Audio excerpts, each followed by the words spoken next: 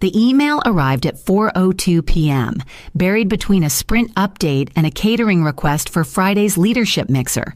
The subject line was Sterile Recruitment Committee Update.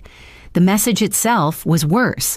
Effective immediately, you are no longer part of the recruitment committee. No greeting, no explanation, just the cold sting of being quietly erased. I stared at the screen for a moment, wondering if there was more to come. A call, a meeting, a sentence acknowledging 10 years of building the hiring framework that kept our engineering team stable, loyal, and high-performing. Nothing followed. The cursor blinked at the end of the sentence, like it too couldn't believe how abruptly it ended. Outside my office glass, the bullpen buzzed with the usual late-afternoon rhythm fingers, clacking across keyboards, someone laughing near the coffee station, that soft, white noise hum of machines doing their work. It all felt distant, muffled. I reached for my mug, the ceramic still warm from the refill I hadn't touched, and took a sip that tasted like disappointment. Braden Thorne. That was the source of this. New VP of Operation Sharp Jaw Expensive Watch, and enough corporate buzzwords to script a TED Talk. He'd been here barely 3 months and already had a vision for agile transformation.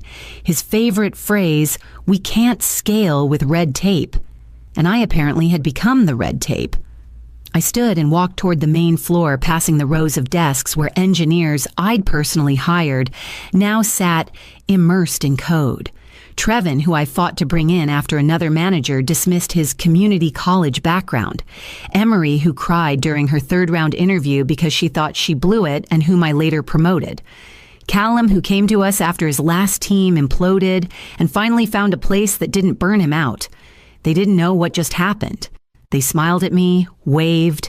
I smiled back mechanically, the way you might nod at someone in the hallway after learning your name's been crossed off a door. Back at my desk, I opened the shared hiring folder out of habit. Then I paused. My access had already been revoked. Just like that. I closed the laptop lid gently and folded my hands in my lap. If they wanted to move fast, I thought they'd better be ready for what happens when no one's watching the road. By Thursday morning, the Glasshouse conference room had transformed into a launch pad. Braden stood at the head of the sleek table, sleeves rolled up like a general preparing for battle. Behind him, a flat screen displayed the words Rapid Response Hiring Initiative in bold neon blue. The irony wasn't lost on me. It sounded more like a disaster recovery team than a recruitment committee. Flanking him were the new faces of Apex Forge hiring. Kellen Price, all charm and urgency, fresh out of a tech accelerator, and clinging to his tablet like a lifeline. He spoke in acronyms and dashboard metrics, preaching time to fill like it was scripture. Then there was Audra Gentry from finance, whose expression rarely shifted above mildly disapproving. She was there to ensure offers stayed lean and market efficient. And finally, the crown jewel Zeno, an AI-powered chatbot that would now handle first-round resume reviews and behavioral screening. A robot with a 3% false positive rate, Braden claimed proudly. Faster than any human. The shift was immediate. Applications that once took a week to move between stages now zipped through the system in hours. Interviews scheduled within 24 hours. Candidate packets reduced to one-page scorecards. Braden beamed in the break room, declaring to anyone listening, "We're cutting the fat. No more hand-holding." From my corner office, I watched them work. The flurry of meetings, the Slack pings labeled urgent, the emails marked ASAP. I heard laughter through the glass, quick decisions being made over coffee. They were moving fast, impossibly fast, but speed had a cost. I saw Kellen scan resumes without opening attachments. Audra skimmed numbers without noting gaps. And Zeno didn't ask why a talented software engineer took a 9-month break after their last startup failed. It just flagged the candidate low match. I said nothing. Not yet. I wasn't there to interfere. I was there to observe. And I was already starting to see the cracks. It wasn't the wrong hires that worried me. It was how certain they all seemed that nothing could go wrong.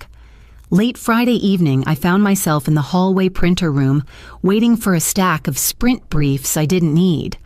Old habits die hard, like printing out physical packets to manually annotate. But it wasn't the documents I was watching. It was the hiring dashboard open on the spare workstation behind me, left on by someone in a rush.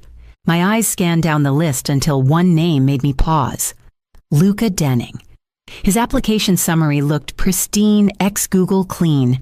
GitHub activity glowing automated scoring by Zeno. But there it was a gap. A 6-month hole between two positions that should have raised more than an eyebrow. It wasn't the gap itself. People take time off. It was the way his resume buried its smoothing dates to disguise the break, as if hoping no one would dig deeper. In my system, that would have triggered a second reference check. Sometimes even a call to a quiet source, someone they didn't list. I clicked the internal feedback button embedded in the bottom corner of the dashboard. Even though I'd been locked out of my full access, the company-wide portal for anonymous input was still open. I typed plainly, resume concerned candidate Luca Denning has a 6-month employment gap not accounted for. Recommend deeper background check before offer. No drama. No accusations. Just a quiet ripple sent upstream. I never received a reply. I didn't expect one. 3 days later, I was eating lunch alone in the break room when Braden walked in, holding a foil balloon that said, "Welcome, rock star." Luca followed behind him, shaking hands and flashing a smile that was just a little too polished.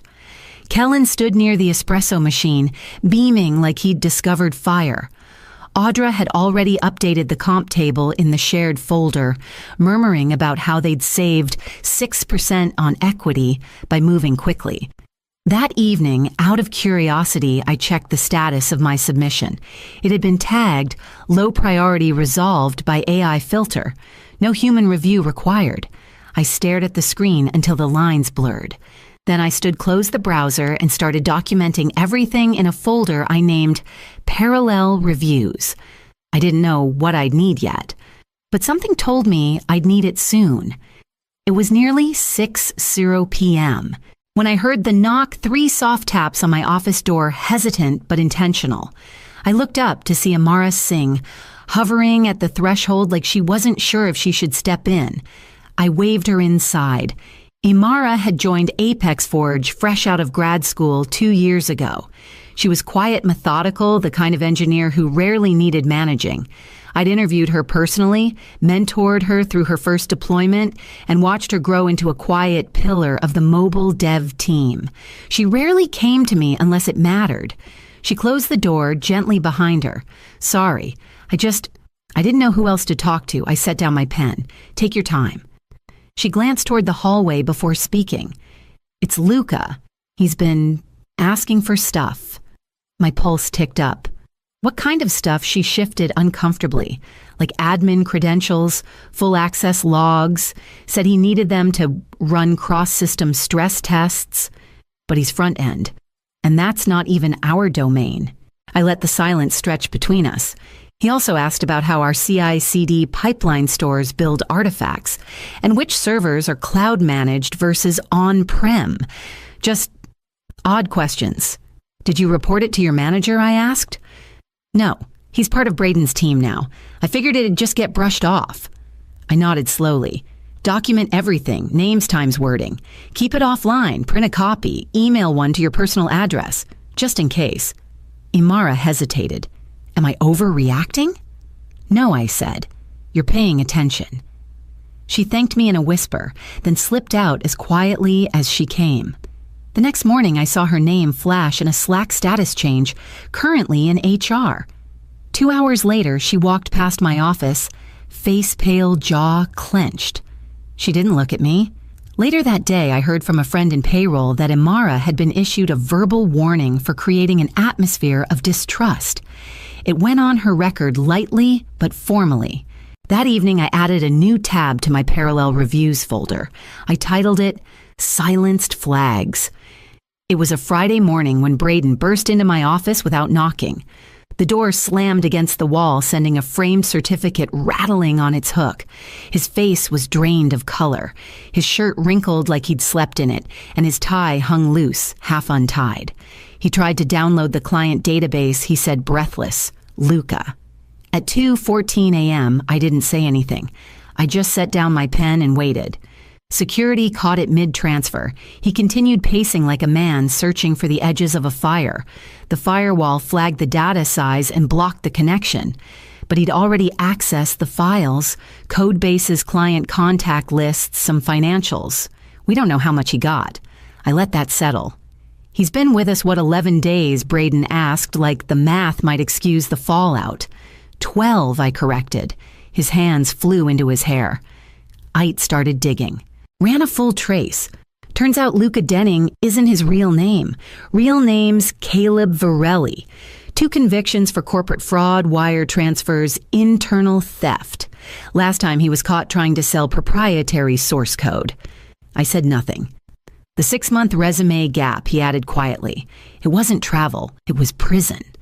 He looked at me then as if expecting outrage, accusation, even triumph. I gave him none of it.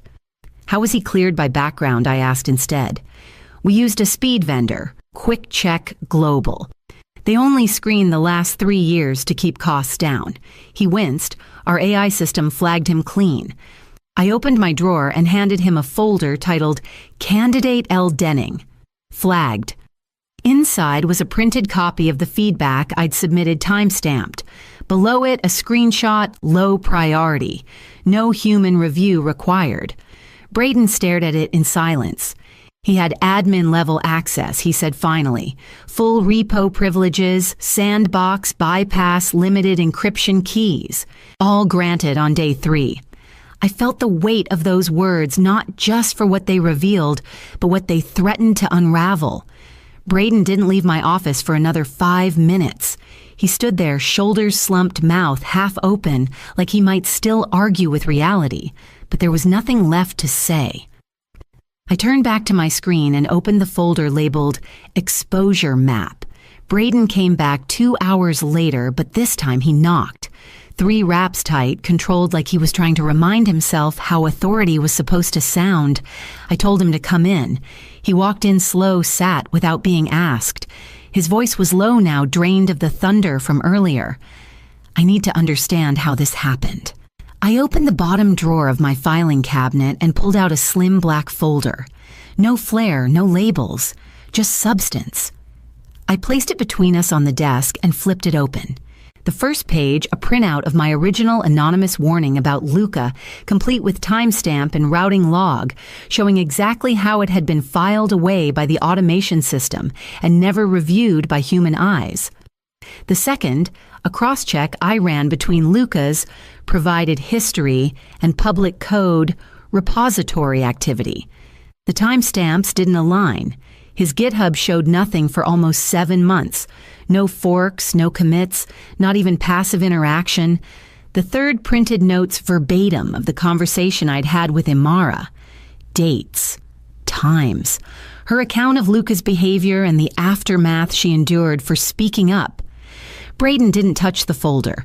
He stared at the contents like they might bite him. "You've been doing this on your own?" he asked. "I've been doing what I've always done," I said, reviewing what matters even if the access is gone. I slid the final document across to him. It was a spreadsheet coded red, yellow, and green. Every candidate hired under the new system. Most were clean. 2 others had incomplete academic histories. One with a false certification, one with a flagged LinkedIn endorsement tied to a fake profile.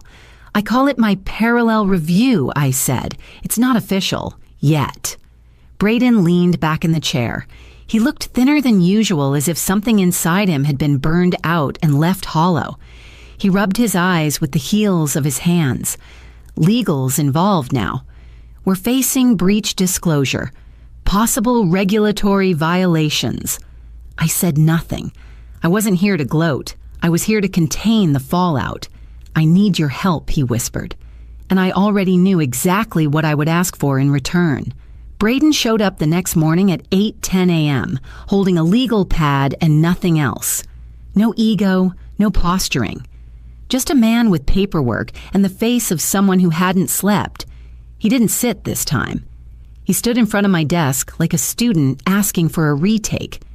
"We need to restore the process," he said, "and I want you to lead it." I let the silence stretch until he looked up to meet my eyes. On my terms, I replied. He nodded. "Of course. I want full hiring authority reinstated. No oversight, no shared control with ops or finance. Done. No more Xeno. No AI-led filters without manual review." He hesitated just for a beat, then nodded again. "Done. And I want a written apology, delivered in person to the entire engineering staff. No buzzwords, just accountability." His jaw tightened, but he agreed. "I'll make it happen." I pushed a document across the desk. One more thing. External audit. Not just Luca. All 7 hires made under rapid response. That one landed harder. Braden blinked. All 7. "If we're cleaning house, we do it completely." He sighed, then signed the bottom of the request. "I'll contact compliance today." I waited until he left before locking the door behind him. By the end of the week, the audit was underway. 2 hires came back with minor issues. Nothing catastrophic, but enough to raise eyebrows. One had faked a software certification that had expired 5 years ago. Another had exaggerated their prior role from junior analyst to lead architect. I flagged both records, updated their teams discreetly, and made a note to schedule performance reviews. Braden didn't argue. He didn't interfere. He sat quietly in meetings, now nodded at process timelines, and deferred to my judgment with the caution of someone who'd touched fire once and learned it could burn. That Monday, I stood in front of the engineering team in the main auditorium while Braden stepped forward, apology in hand, voice trembling just slightly, as he admitted to the failure and to who had tried to prevent it. Afterward, no one clapped. They didn't need to. They just turned to me and nodded, and then we got back to work. The first thing I did was wipe the slate. The rapid response model was officially shelved, its dashboards archived, its workflows removed from onboarding. We started again, not from scratch, but from something that had worked, something earned. We reinstated 10-year background checks, not 3. Every new candidate went through 2 technical interviews and 1 culture fit conversation with cross-functional staff. Peer reviews became mandatory for final round decisions. No more resume scoring bots. No more urgency disguised as progress. Audra quietly moved back to finance. I saw her in the break room 2 days later reviewing quarterly projections, a spreadsheet open and a pencil in hand. She didn't make eye contact, but she looked steady. Kellen, on the other hand, requested stress leave by the end of the week. I heard he'd been taking anxiety medication ever since the breach surfaced. I didn't judge him for that. People break in different ways. Imara was the one I kept close. I asked her to join a confidential internal circle engineers who could review red flag behavior quietly outside bureaucracy. No formal title, just trust. She accepted, and I saw a small part of her shoulders relax when I handed her the internal access key card she thought she'd never earn. People didn't say much at first. There were no grand statements or declarations of relief, but I noticed the difference. Developers stayed later, not because they had to, but because they wanted to finish clean builds. Code reviews got sharper. Stand-ups had more energy. I caught glimpses of something returning belief, not just in leadership, but in the system again. I also made one private change. Every flagged resume that came across our desk went into a folder, marked Pause Not Rejected. I told my team, investigate, don't discard. Not every gap is guilt. Not every story fits cleanly in a checkbox. 3 weeks into the reset, we got our first serious applicant under the new structure. A woman named Cressida Vale, senior cybersecurity lead with 8 years of experience and more questions than answers on her CV. I scheduled her first interview myself. Cressida Vale moved through the interview process like someone who'd already seen the worst of what companies could ignore. Her resume wasn't flashy, but it was dense: 8 years in cybersecurity, 2 Fortune 100 firms, and 1 counterintelligence contract she couldn't publicly name. Every answer she gave during technical vetting was precise without showmanship. When asked about gaps, she was honest. When pressed, she pressed back calmly. 12 days from application to offer. No corners cut. Every reference called. Every license verified. We gave her time to ask questions, and she took all of it. The kind of candidate who interviews the company as much as we interview her. She joined the team on a Monday. By Wednesday afternoon, she sent me an encrypted message: I need 20 minutes. No interruptions. I cleared my calendar. We met in my office. She showed me 3 access logs, subtle, almost buried, pointing to leftover backdoor scripts buried in legacy code, installed most likely by Luca during his first week. They were inactive but dangerously well hidden, designed to lie dormant until triggered remotely. We brought in IT immediately.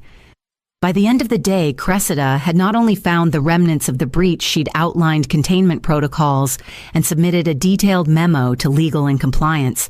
No panic, no flare, just a seasoned professional doing what she was trained to do. Within a month, she led a full internal audit. Her team discovered 2 more vulnerabilities, both unrelated to Luca, but just as concerning. She called them ghosts, leftovers from old infrastructure no one had reviewed in years. Her report was uncomfortable, necessary, and surgical. The board personally thanked her. Braden did too, twice. But Cressida didn't care for praise. She cared about process. When she knocked at my door one Friday to ask about forming a permanent internal risk unit, I told her to write the charter herself. She did. It was in my inbox by Monday morning. I approved it without changes. A week later, I received a message from an old colleague, someone I hadn't spoken to in over a year. 6 months passed quietly. The company stabilized. Client trust rebuilt itself, 1 audit, 1 patch, 1 honest update at a time. We didn't issue press releases or spin campaigns. We just worked methodically, relentlessly. Then one morning, a LinkedIn message appeared in my inbox. The sender was Gina Ainsworth, a director of engineering at a fintech firm in San Francisco. We'd crossed paths once at a conference years ago. She'd been sharp confident, surrounded by execs who believed fast was always better. Her message was short. Leadership wants us to hire faster, cut vetting, automate screening, advice. I reread it twice. Then I typed back, speed makes headlines, accuracy makes legacies. I didn't elaborate. She didn't need me to. That afternoon, I stood in front of our newest onboarding group, 7 hires from 5 different states, all brought in under the restored system. Some were seasoned, some were fresh. All had been carefully vetted, not just for skill, but for who they were when no one was watching. They listened as I walked through our onboarding values, but I paused before the last slide. You're here because the process worked, I said. Not because you gamed the algorithm or keyword matched a resume or got flagged by a scoring bot. Someone took the time to read your story and you gave us something real. I looked out at them, remembering how easy it had been for things to nearly fall apart. Systems are boring until they save you. Don't forget that. No one clapped. No one needed to. They just looked steady, present. I stepped away from the podium and walked out into the hallway, the sound of their badges activating behind me. Sometimes the most revolutionary thing you can do is insist on what works.